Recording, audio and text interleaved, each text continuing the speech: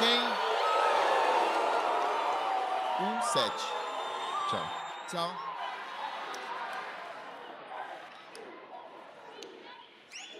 Sente-se, por favor. Sente-se. Tudo bem. Agora, capítulo 22.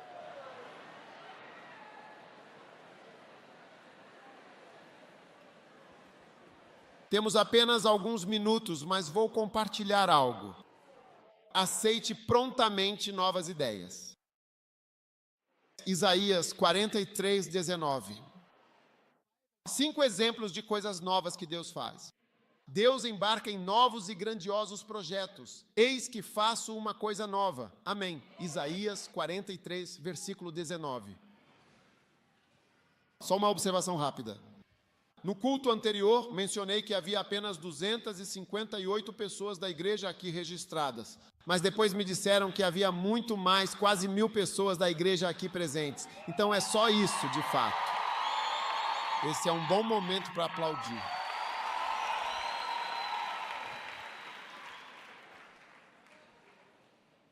Agora, aceite prontamente e de forma eficaz novas ideias, por favor.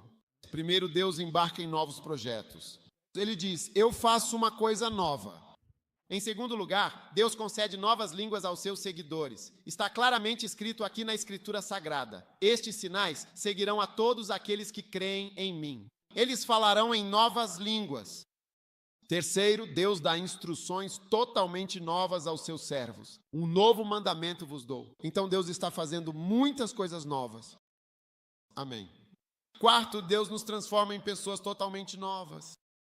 Quando alguém está em Cristo, é uma nova criatura.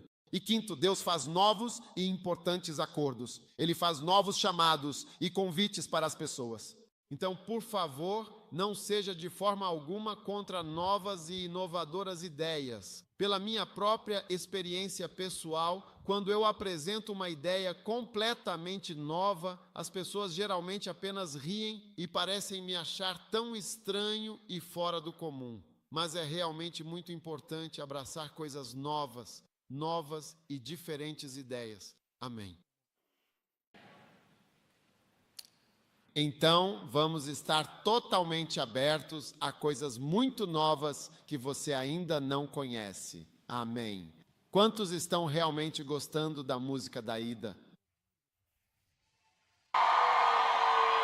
Esse é um novo tipo de música gospel que estamos tendo e estamos aproveitando. Então abrace novas ideias, canções que pregam. Se você ouvir essa última música que ela cantou, Quero Ser Uma Mulher Virtuosa, não dá para você sempre ser uma boa esposa? Na música ele diz, eu trarei comida para ele de longe, e alguns de nós, mesmo com a cozinha perto, não conseguem trazer comida nem de perto.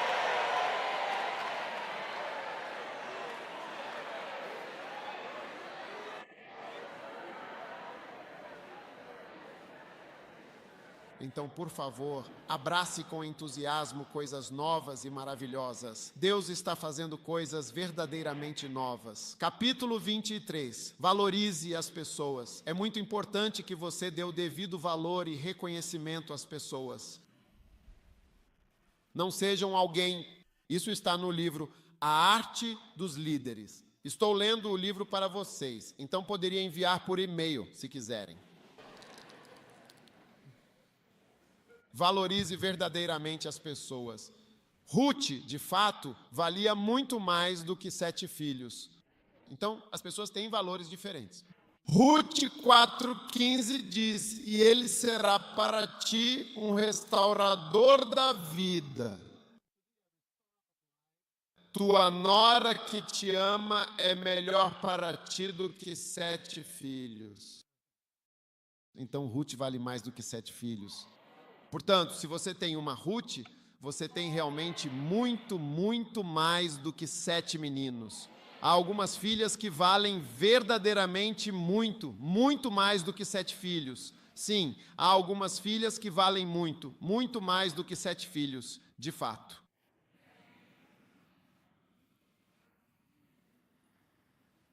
Há pessoas que trabalham para mim como filhas. Algumas delas valem muito mais do que 7 filhos. É a pura verdade que uma pessoa pode ser assim. Então você precisa realmente conhecer o valor das pessoas. E quando você sabe o valor de algo, talvez não o jogue fora, não é mesmo? Tínhamos uma cidade em Gana, tenho certeza vocês tinham algumas na África do Sul. Vocês têm na África do Sul o estilingue. Eles colocam uma pedra nele. Como se chama isso aqui?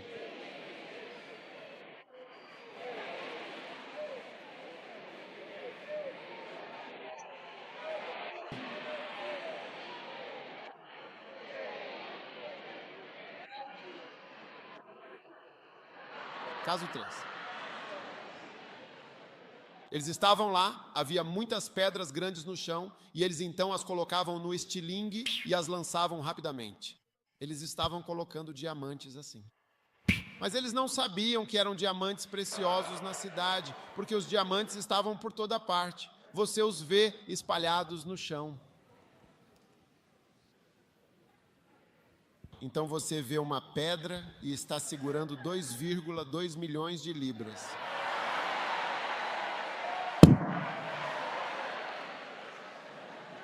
Por quê? Porque você realmente não sabe o verdadeiro valor do que está jogando fora, desperdiçando-o. Então fique atento.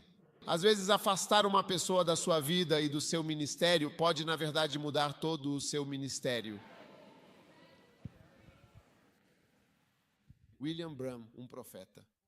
Ele tinha um homem chamado Gordon Lindsay, que o ajudava a organizar seu ministério profético. Ele, como profeta, você sabe, profetas tendem a ser mais voltados para o espírito, então não se preocupam tanto com organização. Mas Gordon Lindsay era voltado para a organização e fazia tudo por ele. Mas em determinado momento aconteceu algo e eles se separaram. Lindsay foi embora e Branham continuou. A partir daí, o ministério dele realmente mudou. Quando Branham morreu, ele estava endividado em milhares de dólares. E alguém que não gosta de dinheiro, que não quer dinheiro de forma alguma, se você quiser ver um profeta que não se importa com dinheiro, esse é William Branham. Mas quando ele morreu, havia tantos problemas. Todo o seu ministério mudou quando ele se desconectou de Gordon Lindsay. Então você precisa reconhecer o valor das pessoas e se deixar uma pessoa importante sair da sua vida, isso faz diferença. Mais de 7 filhos se foram. Certo, então Ruth valia mais do que 7 filhos. Há pessoas que te dizem isso. E por que Deus estaria dizendo para valorizar as pessoas? Porque talvez você não conheça o valor delas. Algumas pessoas só valorizam aqueles empresários que chegam dirigindo Range Rovers e carros caros. Aí dizem, esse homem é importante. Há pessoas que não têm nada, mas são muito importantes. Por isso é importante valorizar. Ruth não tinha nada. Quando se trata disso, esta é sua filha que vale mais do que o serviço. E ela não era sua filha biológica. Então há pessoas que não são sua filha biológica, mas para Eucana elas valem muito mais do que o número 2. Eucana, o marido de Ana, valia mais do que 10 filhos para ela. Então, em Samuel 1:8, Eucana, o marido, disse a Ana, por que chorando? Por que assim? Por que coração triste? Não sou eu melhor para você do que 10 filhos? Então, há alguns maridos que valem mais do que 10 filhos.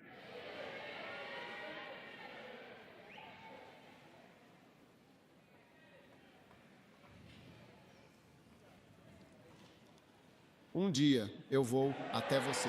Eu realmente não sei o que exatamente aconteceu, mas foi algo que de fato me ocorreu e eu estava com algumas pessoas na Coreia e liguei para elas e disse a elas, vou fazer uma pergunta e quero muito que vocês respondam a ela com toda a sinceridade. Posso contar qual é a pergunta que fiz para vocês? Eu perguntei a eles, então, naquele momento específico, finalmente.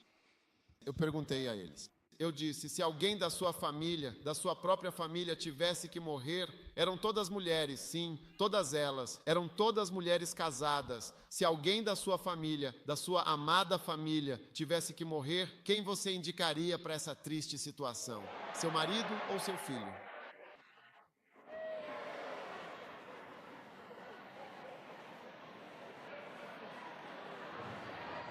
Quer que eu conte quais foram as respostas que deram?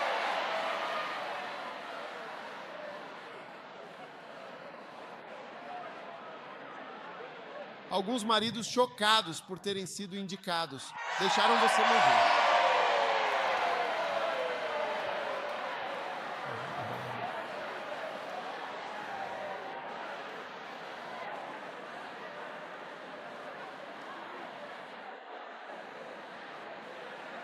Quando você chegar em casa, pergunte à sua esposa quem ela indicaria. Você vai se surpreender, o eu te amo não é forte quanto você pensava. Não é tão forte quanto você imaginava? Então, deixa ele morrer. Ele está bem, ele pode ir. É problema demais mesmo. Eu cuido das crianças. Pergunte. Você vai se surpreender com a sua resposta.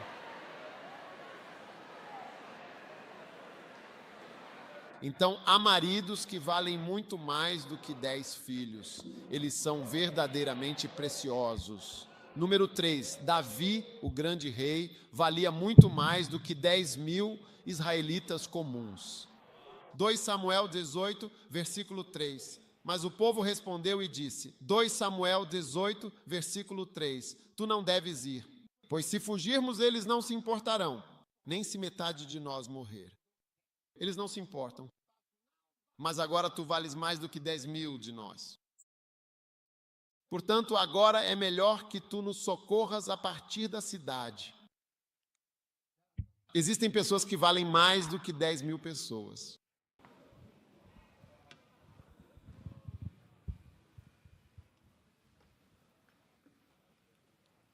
Você não vai saber. Muitas vezes, essas pessoas precisam morrer antes que você perceba que ele valia por 10.000 de vocês. Quando ele morre, então você vê que as coisas são diferentes. O pastor de uma igreja vale mais do que 10.000 membros. Estou te dizendo, deixe todos os membros irem. Ele fará com que os membros voltem. Ou um novo grupo de membros. Sim, por essa razão, quando você realmente valoriza as pessoas, você sabe que tem que ensinar a congregação de forma completa. Eu posso pregar isso em um domingo, com certeza. Você tem que ensinar a congregação a reconhecer o valor das pessoas. Sim, mas eles, de fato, não conhecem o verdadeiro valor. Então, todo e cada ano, você deve celebrar o especial Domingo de Gálatas 6:6, que é quando você honra aquele, o seu amado pastor, que está te ensinando e guiando. Gálatas 6 diz, deixe aquele que é ensinado comunicar ao que ensina em todas as coisas boas. Você deve fazer isso em toda a igreja. Se você é pastor, eu não posso ir à sua igreja para impor isso. Vai e faça isso. Anuncie isso na igreja. Eu sou o pastor. Diga a eles que você vale mais do que 10.000 de todos eles juntos. E diga a eles que por causa disso, é isso que estamos fazendo na igreja. Não há nada de errado nisso. E quando as pessoas, o que eu percebo é que mesmo agora com meus filhos mais novos, estou impondo isso cedo, porque percebi que com os mais velhos, eu simplesmente os deixava. Eu deixo para você decidir se eu sou valioso. E percebi que isso fez com que eles não recebessem coisas que teriam recebido de mim. Veja, porque onde um profeta não é honrado, é ali que o espelho, tudo o que ele tem não funciona. Em Marcos 6, a Bíblia diz que Jesus não pôde. Há 2 que ele não pôde. Há 4 que ele não pôde. E ele se admirou. Então ele disse naquele momento, um profeta não fica sem honra, exceto em sua própria casa, onde realmente não há honra para a pessoa em questão. É por isso que as coisas não funcionam. Pode ser muito poderoso como Jesus, mas não vai funcionar ali. Então, onde você tem uma igreja que não honra o pastor é como uma pessoa qualquer que tem que vir e lutar por todo lado. Não há honra. Você prefere honrar os visitantes? Você estende o tapete vermelho para os visitantes. Não, quanto a mim, eu realmente não acredito nisso de forma alguma. Eu não acredito nisso. Eu disse que não quero, querido. Eu não acredito mesmo nisso. Sim, eu me lembro muito bem, sabe, na minha casa, primeiro de tudo, quando me casei e minha querida esposa estava me servindo. Ela disse, minha esposa é uma ótima cozinheira, de verdade. Vocês que não sabem cozinhar e ficam admirando as coisas, aprendam a cozinhar. Você traz comida de longe, sendo que a cozinha está logo aqui. Agora você não consegue trazer comida. Ela me servia direitinho. Aí eu perguntei para ela, que prato é esse? Porque eu vi uns pratos mais bonitos na casa. Aí descobri que alguns pratos eram reservados para visitantes. Então eu disse, não. Eu sou o visitante número 1 aqui. Eu sou o chefe dos visitantes nesta casa. Eu sou o rei dos reis e o senhor dos senhores.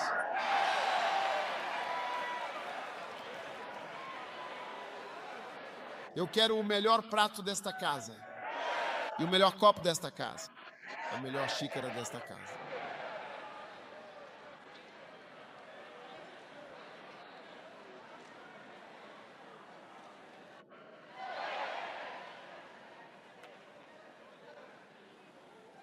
É assim que eu estabeleço minha autoridade no meu pequeno reino, com um súdito.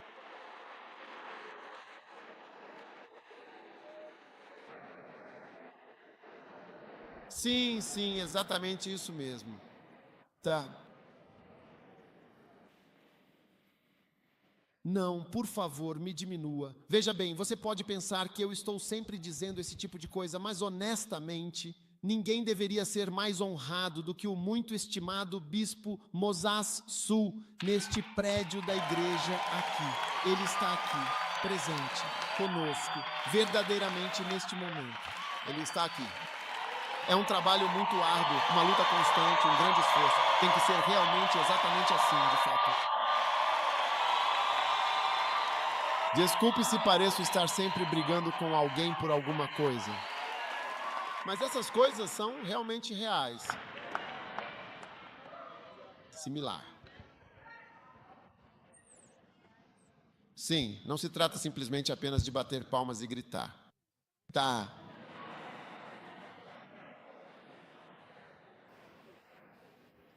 Veja, quando Amã estava prestes a ser preso, ele não sabia que era ele o escolhido. Então, perguntaram a Ramã o que exatamente deveria ser feito para alguém que o grande rei deseja honrar muito.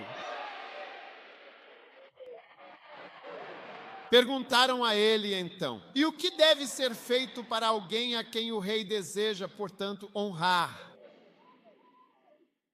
E Amã realmente achou que o grande reconhecimento era para ele. Sim, e Ramã disse, deve ser-lhe dada a melhor corda e deve ser colocado um anel de ouro precioso em suas mãos. Ele deve estar coberto de ouro. Uma carruagem deve ser dada a ele. Alguém tem que ir na frente dele e dizer, ele.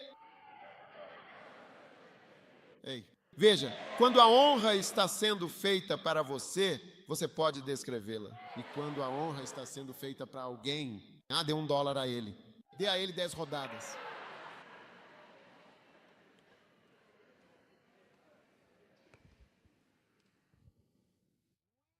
Sim, coloque de volta ali. Eu estava esperando por isso. O rei disse, que honra? Sim? Não, nada foi feito por ele. Então ele perguntou o que deveria ser feito para alguém a quem o rei realmente... E ele disse, a quem o rei deseja grandemente honrar. O que exatamente deve ser feito ao homem a quem o rei deseja grandemente honrar? O que exatamente deve ser feito? O que nós devemos fazer então, Haman, neste momento? O próximo versículo. Que as vestes reais que o próprio rei costuma usar sejam colocadas nele. É assim que se honra as pessoas. Veja, as pessoas sabem como honrar. E o cavalo que o rei cavalga, o homem deve montá-lo. E a coroa real que é colocada em sua cabeça. Que essas vestes e o cavalo sejam entregues a um dos príncipes do rei, para que eles vistam o homem a quem o rei deseja honrar e o conduzam pelas ruas, proclamando: assim se fará ao homem a quem o rei deseja honrar. Agora você sabe como honrar.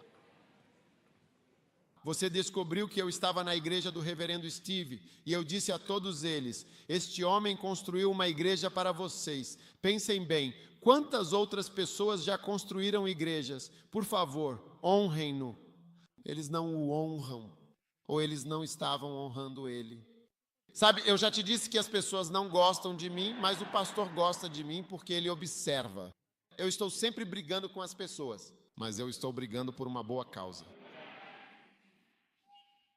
Eu estou te ensinando, as pessoas são celestiais, ungidas, mas você não se beneficia. Jesus havia poder sobre ele, poder de ressurreição, todo tipo de poder, mas ele tentou impor mãos. Marcos 6, 2, 3, 4, ele. Não funcionou. Então você fica surpreso quando vê a pessoa em algum lugar. E ele é tão poderoso. Uau, porque eles honram. Já estive em lugares que me honram. Então eu disse: o que é isso? Ele disse: por favor, antes de você vir aqui, esta é a honra. Era aí que estava a honra. É aí que o ministério funciona, onde você é honrado. É por isso que pastores nas igrejas, eu sempre incentivo os pastores a viajarem, por isso formo um grupo. Pastores amigos viajam. Vá. Quando você vai, percebe que é um herói.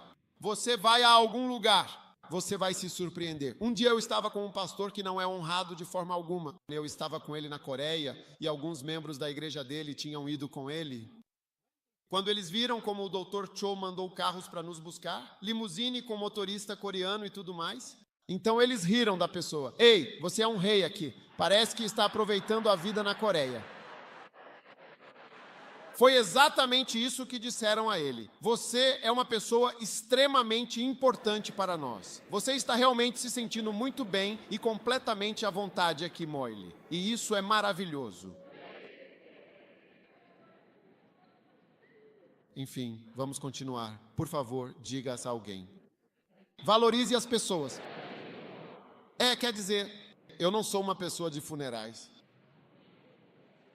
Não gosto muito de muita coisa. Quando você morre, nós honramos você e não. Mas se você tiver algo para fazer, faça quando a pessoa estiver por perto. Sim. Um dia eu estava voando de Amsterdã para Accra. Eu estava na classe executiva. Não havia tanta gente. Eu estava com algumas pessoas e havia um passageiro bastante incomum em um dos assentos. Devo lhe dizer quem era o passageiro muito incomum. Um buquê de flores muito grande e exuberante estava preso com o cinto de segurança em um dos assentos, tão incrivelmente grande que tinha seu próprio assento reservado na classe executiva. Então eu fiquei me perguntando, o que é esse buquê enorme? Um buquê enorme de flores. Era um homem cujo pai ou mãe havia morrido e ele estava indo com essas flores enormes na classe executiva. O próprio homem estava na econômica, mas as flores estavam na classe executiva. Não havia nenhum lugar no avião para guardar suas flores. E as aeromoças ficaram tão impressionadas com as flores que também vieram prendê-las no assento. Belt, você acha que a pessoa morta consegue ver essas flores? Você fica do lado da Great Ave, coloca o som no volume alto e depois todos vão embora. Terminar. Se você tem algo para fazer, faça agora. Faça isso agora.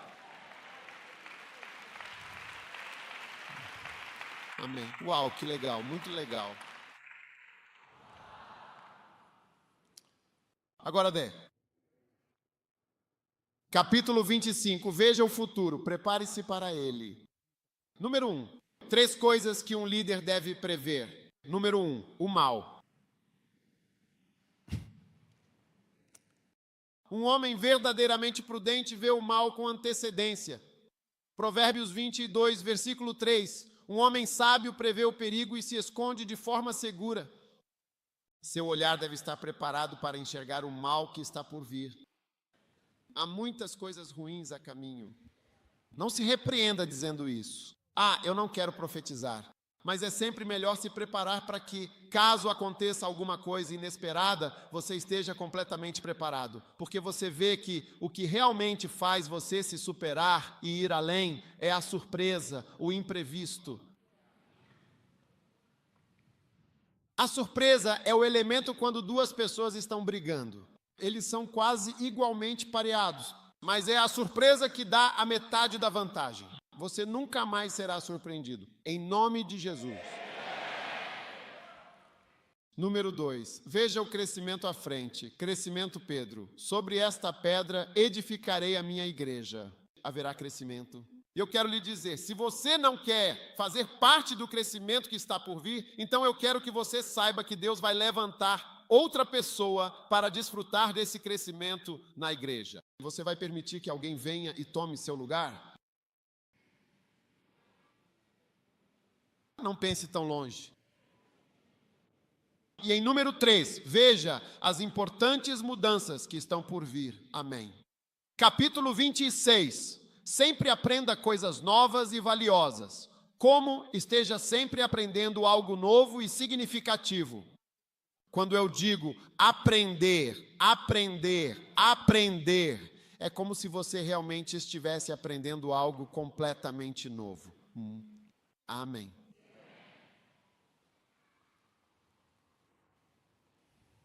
Eclesiastes 4:13. Isso é diferente de abraçar novas ideias. Novas ideias. Como quando há uma nova sugestão, então você zomba dela. Deus está dizendo para parar com isso. Seja aberto a algo novo. Mas este aqui é realmente decidir. Ok, eu vou aprender algo. Eu não sei nada. Estou em um projeto para aprender. Agora estou em um projeto. Algumas das pessoas que estão comigo. Estamos em um grande projeto, sem fim. Nunca fiz isso antes no ministério. Isso vai mudar tudo o que eu estou fazendo. Então estou em algo grande, uma grande conquista. Estamos vindo para aprender totalmente novo que nunca fizemos. Se funcionar e conseguirmos aprender isso. Meu ministério está indo longe, onde antes não podia ir. Não vou te contar. Você quer que eu te diga o que fazer e não tenho a menor intenção de te contar sobre o que estou falando. Mas o que estou dizendo é que você realmente precisa ter isso. Ok, agora estou aprendendo a pregar. Estou aprendendo a organizar uma conferência. Estou aprendendo a ter um ministério na TV. Estou aprendendo a fazer a igreja crescer. Estou aprendendo até a seguir alguém. Alguns de nós nem sabemos como seguir e dizer estou seguindo você. Não estou entendendo direito. Estou aprendendo coisas novas. É tão novo para mim que tenho dificuldade. Se você não estiver, se houver, você vê que você realmente é. Você realmente estagnou. Pare de dizer às pessoas coisas que não são da minha vocação. Essa não é minha vocação. Esse é o dom dele. Esse é o dom dele. Comece dizendo não, vou aprender tudo isso e seja humilde e diga que não sei ou que não sei e que quero realmente aprender para poder fazer isso. Isso é tudo. O que você acha? Você sabe? Quando eu ia escrever livros, eu tinha que aprender a escrever um livro. Levei anos e anos. Quando escrevi um pequeno livro, contratei alguém, mas não funcionou. Então, tentei transcrever meus livros. Não funcionou. Quando apenas li o que eles transcreveram, disse, isso não foi o que eu disse. Não gosto do inglês. Depois de um tempo lutando, eu disse que o inglês tem certas características. Eu não gosto disso. Até que, finalmente, encontrei uma outra e muito mais eficiente maneira de escrever. Na verdade, foi ditando e, assim, escrevendo o livro completamente do zero. Sim, todos os meus livros, cada um deles, fui eu que escrevi pessoalmente. Não há ghostwriter. Cada letra foi eu que sentei e escrevi pessoalmente. Sim, não há nenhuma escrita fantasma de forma alguma. Ninguém escreve nada para mim. Ninguém resumiu. Não é de uma mensagem transcrita. Não há nada parecido. Sim, cada um deles. Não bata palmas, não bata palmas. Bata palmas por algum outro motivo. Só estou dizendo que tive que aprender isso quando os livros estavam lá. Tenho que aprender a realmente deixar as pessoas lerem os livros. E também foi essa coisa toda que aconteceu. Depois disso, como distribuir os livros para as pessoas?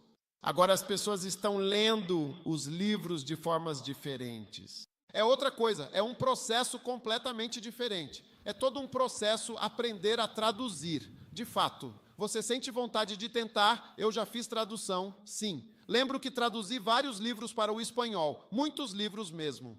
Aí veio alguém que falava espanhol, olhou e disse: isso não está bom, você não pode usar isso. Traduzi todos os livros, alguns livros para o francês. Aí vieram os franceses de verdade, olharam e disseram: não. Então eu aprendi que se alguém fala 2 idiomas, você sempre traduz para o idioma original da pessoa.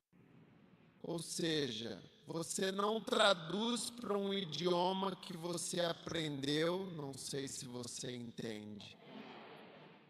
Vamos supor que eu venha aqui e aprenda a falar Zulu. Fico muito bom em Zulu. Eu realmente não posso traduzir para o Zulu. De inglês para Zulu, não. Eu simplesmente não posso. Eu devo traduzir de Zulu para inglês porque minha primeira língua é o inglês. Essa é a regra. Eu gastei milhares de dólares aprendendo isso, e sobre aqueles que não deveriam traduzir, eles vão dizer: nós podemos fazer. Muito bem, eles fazem e vão te cobrar 10 mil dólares, pegam todo o dinheiro e conseguem. Quando as pessoas de verdade chegam e realmente, olha, nós traduzimos um livro para o hindi. Quando o levamos para a Índia, eles disseram: nós não sabemos que idioma é esse. Quero dizer, eles não sabem qual é o idioma exato que nós traduzimos para eles.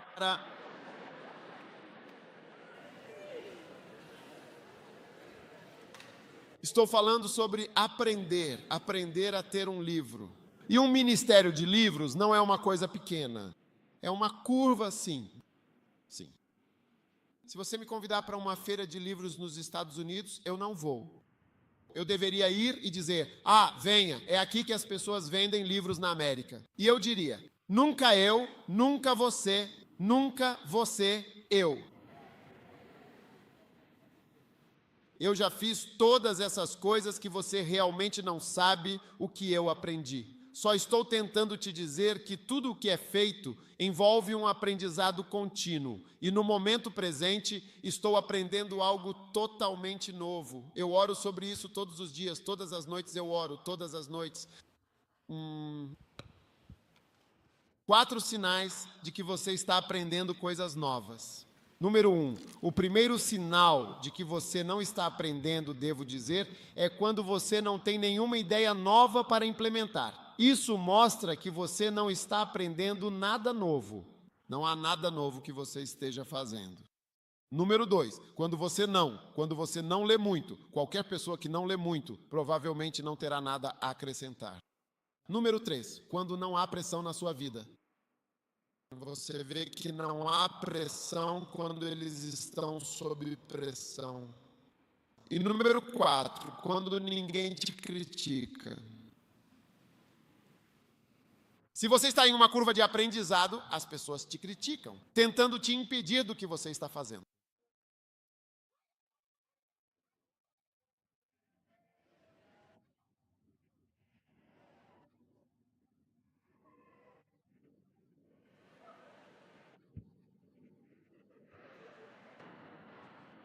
Não é a sua graça, não é o seu poder. Todos esses são sinais.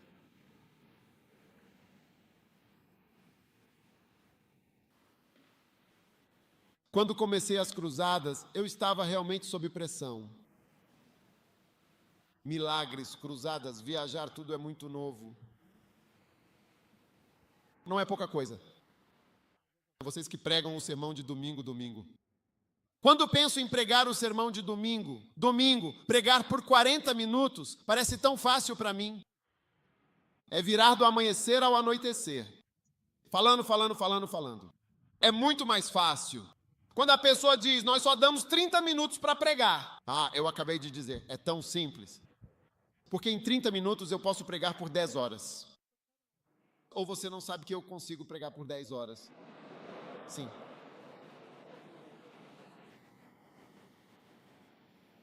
Você não está sob pressão. Isso mostra que você não está aprendendo algo novo. Você nunca teve um acampamento. Quando você tem um acampamento, você vê a pressão. É como se você estivesse tentando fazer novo. Quando você não sente estresse, você não está fazendo novo. Quando você sente estresse ou o perigo de alguém rir ou zombar de você, é porque está aprendendo algo novo. É por isso que você corre o risco de alguém rir de você. Vamos supor que você volte e diga: eu quero aprender a ser um líder forte e verdadeiramente eficaz.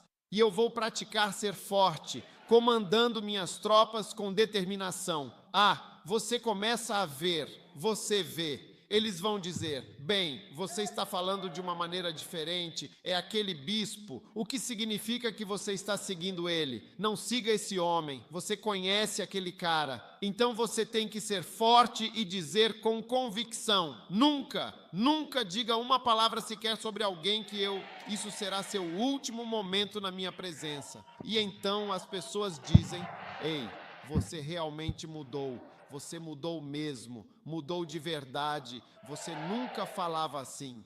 Então, você vai e tenta ser forte. Exercite a sua força interior e exterior.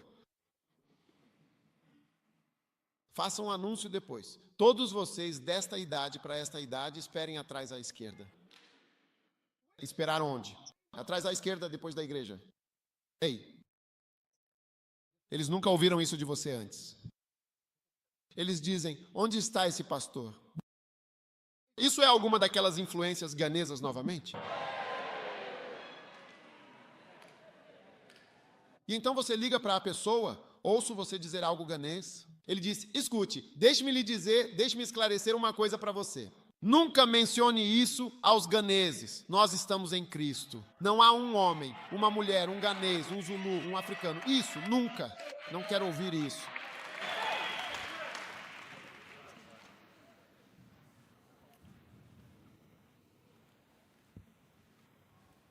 Uau! E as pessoas dirão: sim. Você começa a sentir a tensão das diferentes questões. E você vê algumas pessoas que decidiram lutar com você ou ir embora. Se você vai se comportar assim, não foi assim que o conhecemos. Quando entramos nesta igreja, fomos atraídos pela sua natureza gentil. Fomos atraídos pelo seu caráter pastoral. Fomos atraídos pelo seu comportamento espiritual. Fomos atraídos pela sua natureza de pastor. Fomos atraídos pelo seu espírito calmo. Mas agora sentimos algo diferente. Você mudou, pastor. E você diz para a pessoa: isso é só o começo das mudanças. É o começo das mudanças. Estes são os começos das mudanças.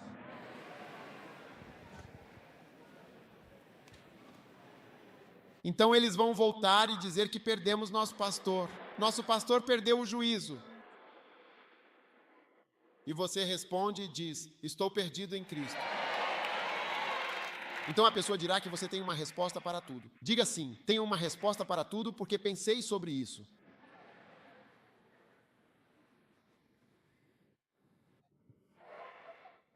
Alguém que estou aprendendo. Estou em uma curva de aprendizado e estresse. Se você me estressar, eu vou te expulsar. Acalme-se. Uau! E finalmente é hora de encerrar este segmento, mas você consegue ver agora, não é mesmo? Espero que tenha sido informativo.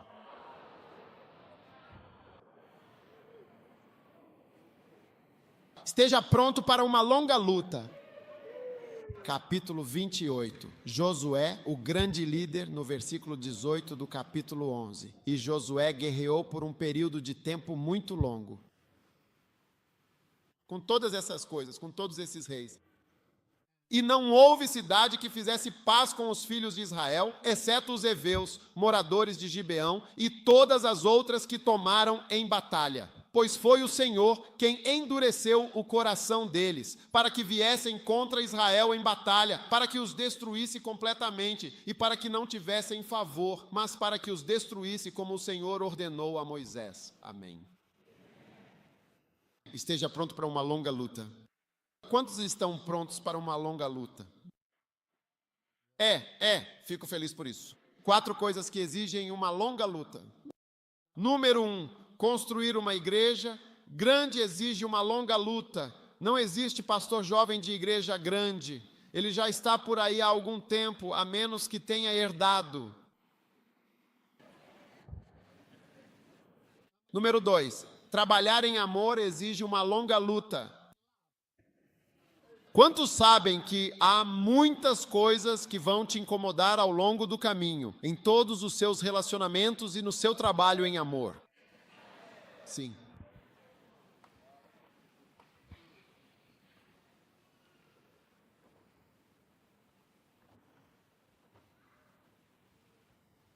Quando você vê marido e mulher juntos vivendo felizes para sempre. Depois de muitos anos, não é porque eles são fundamentalmente diferentes de você, mas sim porque eles têm trabalhado ativamente em amor e perdoado uns aos outros por um longo período de tempo. Eles realmente não levam em conta todo o que sofreram. Sim, o amor não leva em conta as coisas que você sofre. Sim. Então, o amor é sobre perdoar, mas não por pouco tempo. Você tem que perdoar por muito tempo.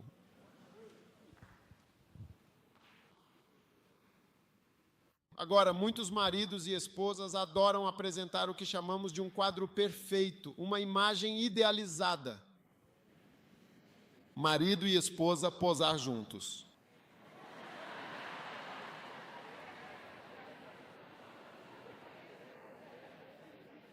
Felicidade por fora e tristeza por dentro.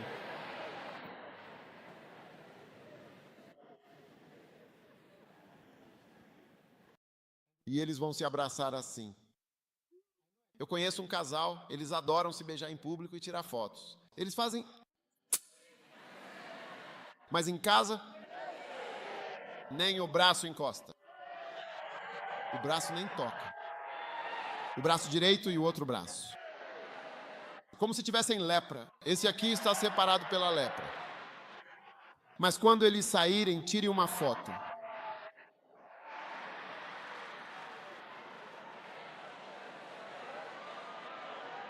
PDA, demonstração pública de afeto.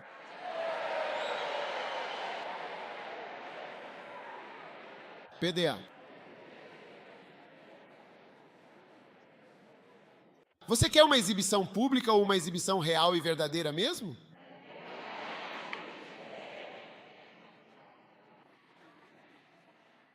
Irmãos, vocês querem ser beijados lá fora para fotos ou querem ser beijados lá dentro para a vida real? Luz interna ou externa? Você quer luz interna ou externa? Nós não somos...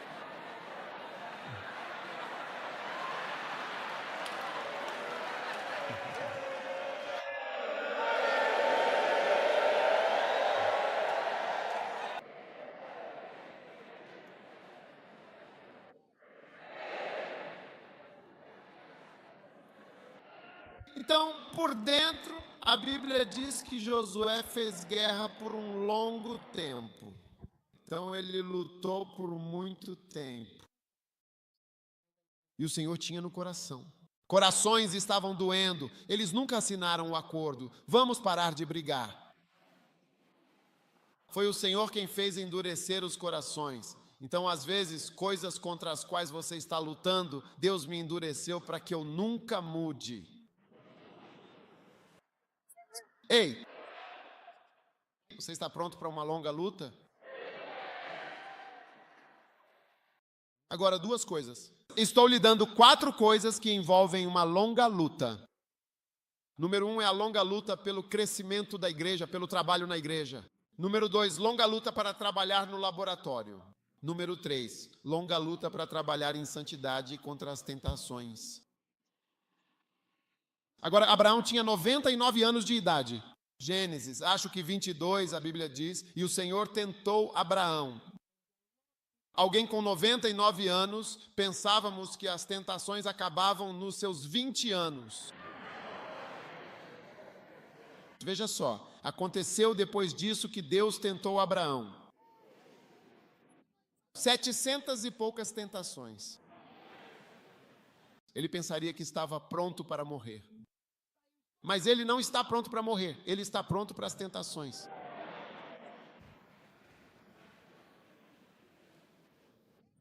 Foi pedido a Abraão que subisse uma montanha. Ele escalou a montanha por 3 dias. Escalada de montanha.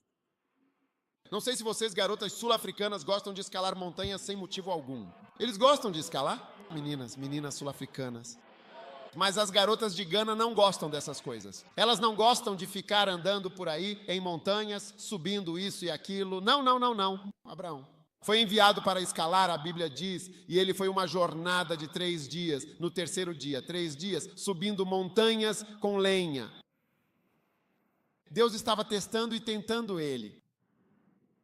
Então nós que estamos sentindo que agora eu tenho 43 anos. As tentações são, isso não é verdade.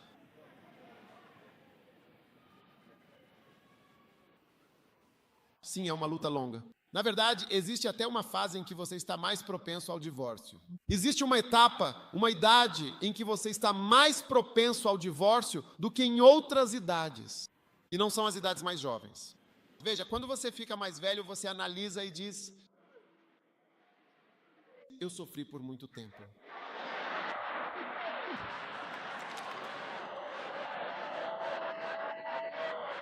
Ele olha para mim e diz: o que é isso? Não é necessário. Porque eu sofri por tanto tempo.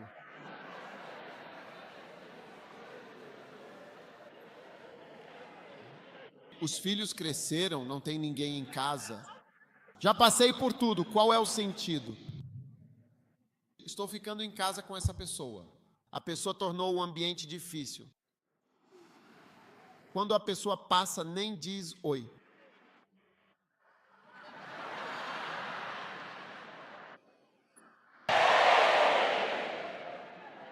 E hoje em dia, nas novas semanas que vieram, você vê a pessoa bonita na igreja. Quando você realmente vê a pessoa, a cabeça virou completamente outra cabeça.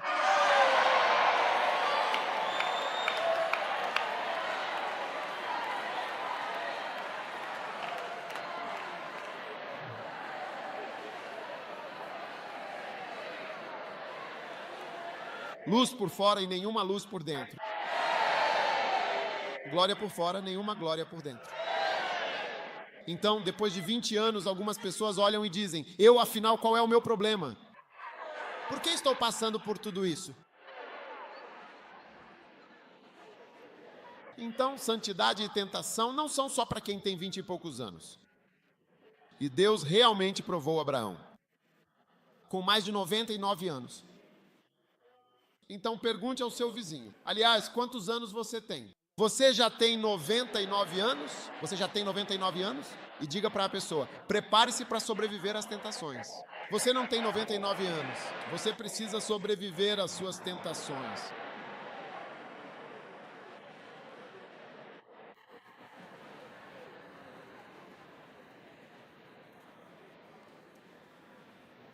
E Josué guerreou por muito tempo.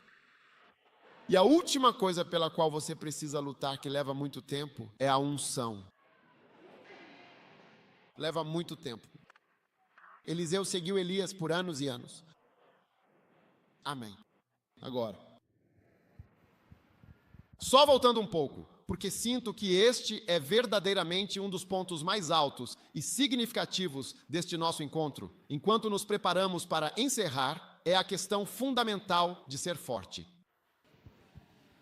Agora, no trabalho pastoral e no pastoreio, ser verdadeiramente forte não significa, de forma alguma, dar tapas ou agredir as pessoas. também não é sobre gritar. Nós não gritamos.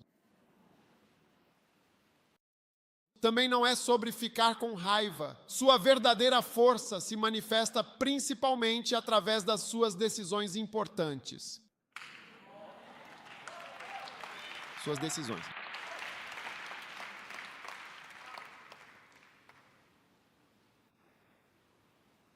Então, quando o presidente de Manila tomou a decisão de que, se você tiver 18 anos e estiver fora de casa depois das 10 horas, será preso, isso exige força, porque em quantos países, aos 18 anos, você deve estar dentro de casa? São justamente eles que costumam sair. E então, dizer que, se você for encontrado fora, os pais, pessoas dignas em suas casas, terão que lidar com isso, porque o filho está na rua. Você consegue imaginar?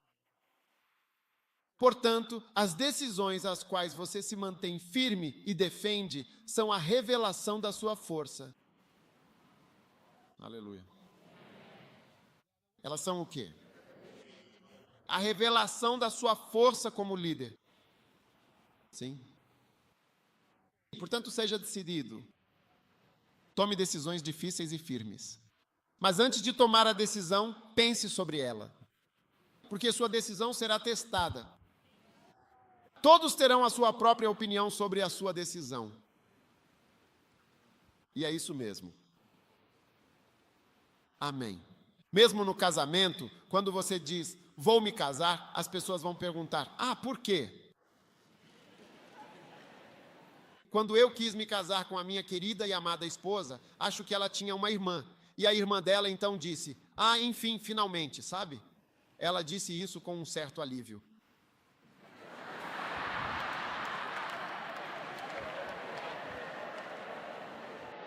É como se, que tipo de pessoa é essa que você está pensando? Ela disse, se é isso que você decidiu.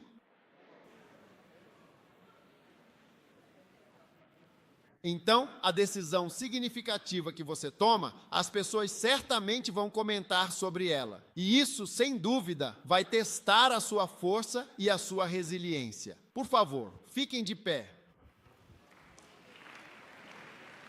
Nosso tempo acabou. É tudo para o que temos tempo. Mais uma. Mais pontos. Achei que estivesse indo para algum lugar. Ouvi, estava indo para algum lugar.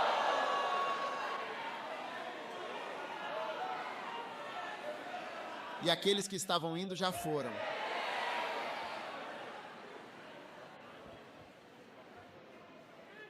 Vamos agora orar. Pai amado, muito obrigado pela tua imensa bênção e pela tua santa palavra que nos deste, nos fortalecendo e nos dando uma liderança forte e poderosa em nome de Jesus Cristo. Obrigado por abençoar a todos. Fizemos um grande trabalho. Nunca mais seremos os mesmos. Nossos ministérios nunca mais serão os mesmos. Nós te amamos, Jesus. Obrigado, Senhor. Em nome de Jesus, amém. Ouçam, alguns de vocês precisam tomar a decisão firme de que nunca mais vão dirigir acima de 100 km por hora, até o fim de suas vidas.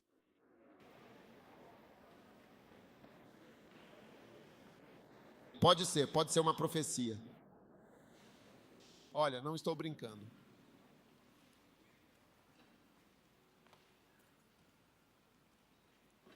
Vocês sabem, eu já estive em um acidente antes, algo bem sério.